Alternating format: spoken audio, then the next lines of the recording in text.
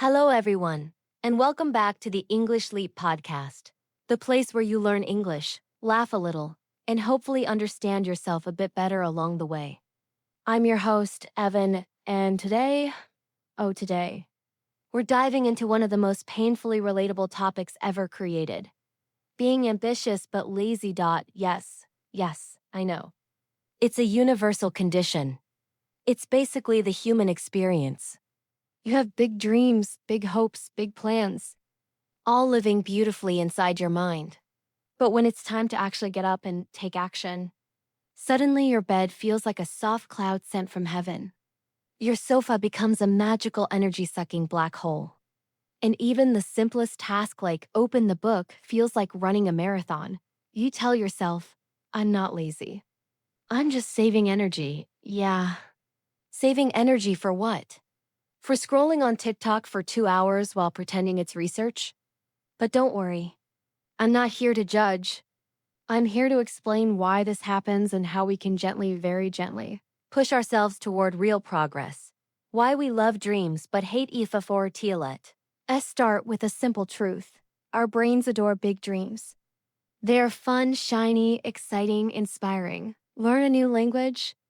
Yes. Start a business? Amazing.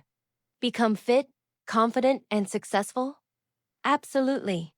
But the moment our brain sees the required effort, it goes, nope, too hard, goodbye, why? Because effort equals discomfort, even if the discomfort is small. And the human brain, especially the ancient lazy part, loves comfort more than anything. Imagine this. You're standing at the bottom of a huge mountain. The mountain is your goal. You look up and think, wow, too high. I'll climb it tomorrow. But tomorrow, you say the same thing. And a week later, still the same. Suddenly a whole month has passed, and you've only climbed from your bed to your fridge. The trick of past tense plan and ing most people make to-do lists. But to-do lists can be so stressful. They stare at you like a strict teacher saying, you haven't done a NY of these yet. So here's a secret. Write your plan as if the day already happened. Past tense. Instead of, I need to study today, right? I studied English today for 1 hour and it felt amazing. Instead of, clean my room right. I cleaned my room and now my space looks fresh and peaceful.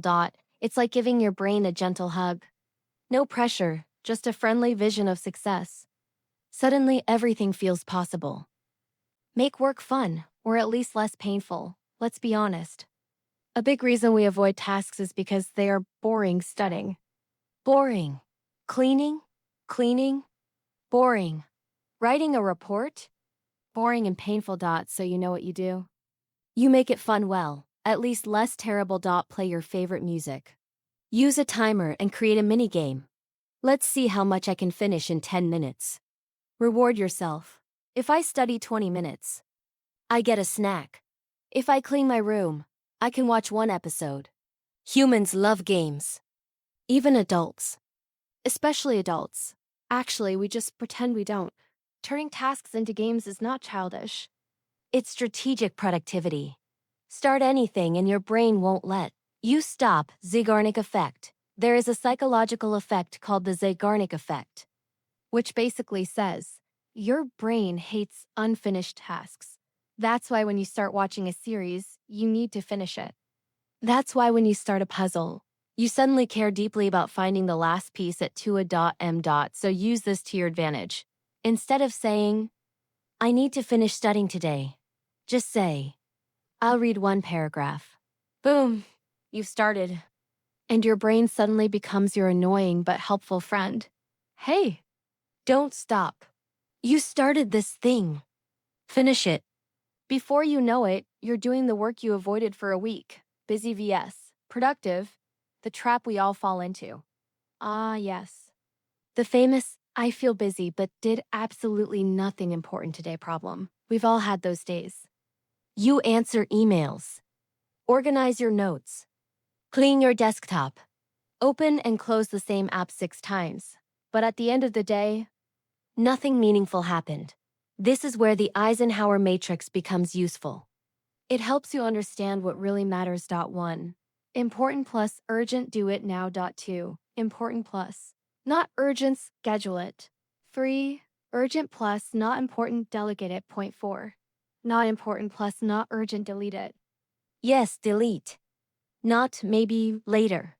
It's amazing how much time we waste on things that feel urgent but mean nothing. Be bad at something on purpose, destroy perfectionism. We avoid tasks because we're scared of failing, scared of being bad, scared of making mistakes. But perfectionism is just a fancy word for fear. So here's your homework. Choose a hobby where you don't care about being good. Make ugly drawings. Bake disastrous cookies. Dance like a broken robot. Sing like a dying dinosaur. When you allow yourself to be terrible, you free your mind. And that freedom makes you more creative, more confident, more willing to start things. Think like your future ICL. Here's a powerful mindset shift. Instead of asking, what should I do today? Ask, what would my future successful self do right now? This question changes everything. Your future self wakes up earlier, eats better, studies more consistently, wastes less time on nonsense. And the more you act like that version of yourself, the faster you become that person. First, write your current routine. Then write your ideal future routine. Finally, choose 1 to 2 small habits from the future routine and start today. Small steps change everything. Vocabulary. Break. A1 gives B2 mix. Here are some helpful words from today's lesson. A1 2 words. Goal plan, start, finish, break, clean, try, slow, easy idea. B1 words. Motivation, routine, progress, challenge, distract, improve, continue, focus. B2 words.